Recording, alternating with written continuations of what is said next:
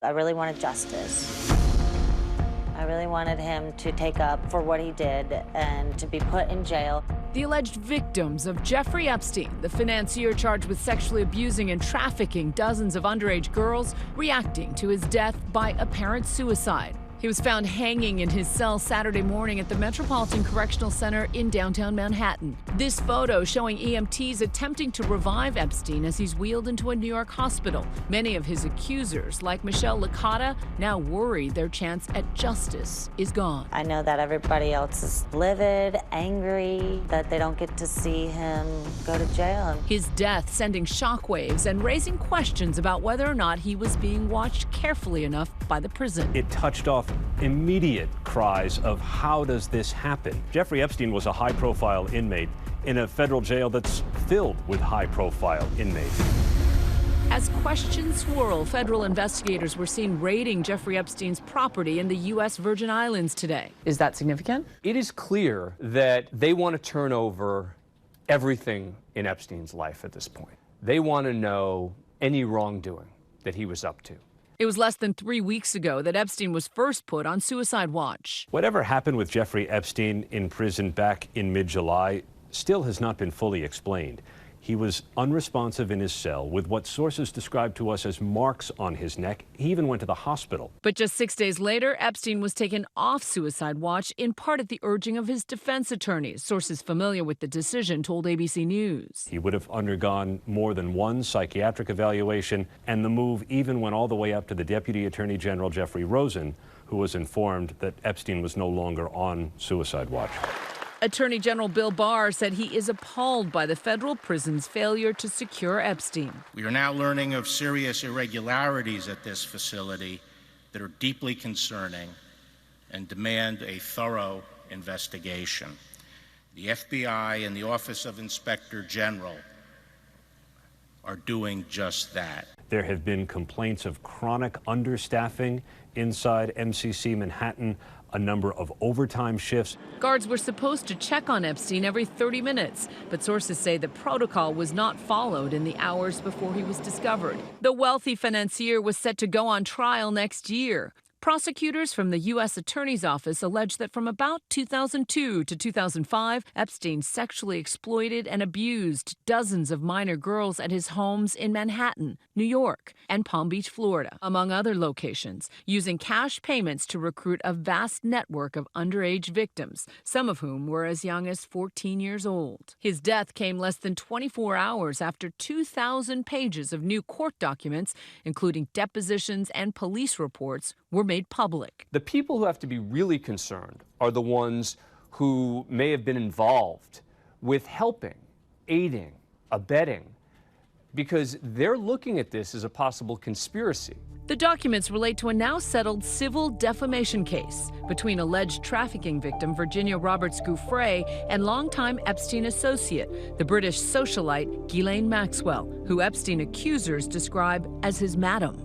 In deposition testimony, Gouffre says that Maxwell recruited her to be a teenage sex slave to Epstein, and that Epstein directed her to have sex with powerful men, including former Governor Bill Richardson, former Senator George Mitchell, and Prince Andrew.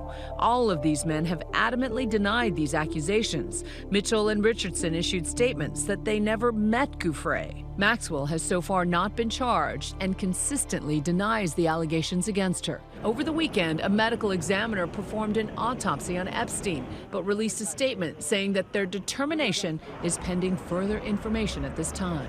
Medical examiners' offices often want to see any pictures, any video, hear any witness accounts before they announce their determination of cause and manner of death. I'm told, though, there is no doubt in the medical examiner's office that Jeffrey Epstein took his own life by hanging. A private pathologist, Dr. Michael Bodden, observed the autopsy at the request of Epstein's lawyers. So I think what happened to Jeffrey was he felt trapped, that he's never going to get out of this. Quite possibly in the back of his mind is there's also other things they could potentially charge me with. And so it's like a house of cards that he's living in, and the cards now are starting to tumble, and he can't control them. But the lack of official information has put conspiracy theories into overdrive because of Epstein's circle of connections. President Trump, who's known to retweet conspiracy theories, even retweeted one about the Clintons because Bill Clinton had been associated for a time with Jeffrey Epstein. It's shameful that the president is retweeting conspiracy theories about the Clintons.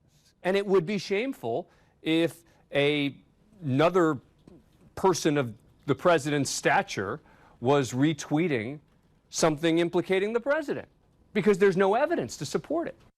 President Clinton did have a social connection to Epstein, but his office has denied that he knew anything about Epstein's terrible crimes. President Trump also knew Epstein. In a 2002 profile in New York Magazine, before any allegations surfaced, Trump called Epstein a terrific guy, adding, "It is even said that he likes beautiful women as much as I do, and many of them are on the younger side." But just last month, the president denied being close to Epstein. He was a fixture in Palm Beach. I had a falling out with him a long time ago. I don't think I've spoken to him for 15 years. I wasn't a fan.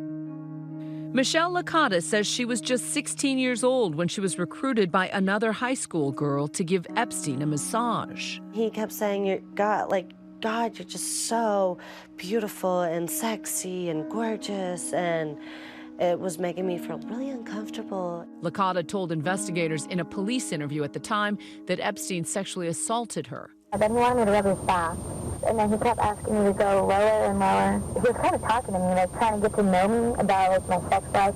Another of his accusers, Courtney Wild, says Epstein abused her as a teenage girl. I'm brought by somebody else, and we were just massaging him. And then after about 30 minutes of that, he asked the girl that I was with to go wait downstairs. When she left, he asked me to get comfortable, to take, my clothes off, that I could leave my bra and panties on.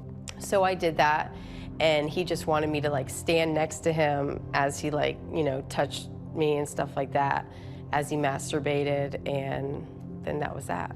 Wild says she became part of Epstein's alleged recruiting scheme. And for every girl I could bring him, he would give me $200 for them. It's a burden, she says, she's carried with her for more than a decade. I just hold so much guilt for ever having somebody do that or introducing that to somebody's life. In early July, federal agents banged open the door of Epstein's 7-story, $77 million home on Manhattan's Upper East Side. They say they found hundreds, if not thousands, of female nude or partially nude photographs. Some of the photos seem to show underage girls. And inside a locked safe, compact discs, one allegedly labeled Young Miscellaneous Nudes 1. The charges are very serious, and they carry with them a maximum sentence of 45 years in jail. Epstein pled not guilty to one count of sex trafficking and sex trafficking with conspiracy. The July charges against Epstein were not his first. In 2005, investigators identified more than 30 alleged victims. Federal prosecutors prepared a 53-page indictment against Epstein in 2007. But in a secret plea deal, he avoided federal charges in exchange for pleading guilty in state court to 2 felony prostitution charges. He served just 13 months in a county jail and registered as a sex offender. Despite Epstein's death, today the Attorney General assured the public that the case against him is not over. Any co-conspirators should not rest easy. The victims deserve justice, and they will get it.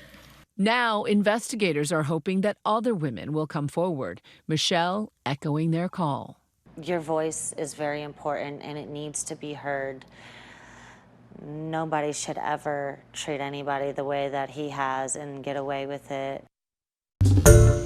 Hi everyone, George Stephanopoulos here. Thanks for checking out the ABC News YouTube channel. If you'd like to get more videos, show highlights, and watch live event coverage, click on the right over here to subscribe to our channel, and don't forget to download the ABC News app for breaking news alerts. Thanks for watching.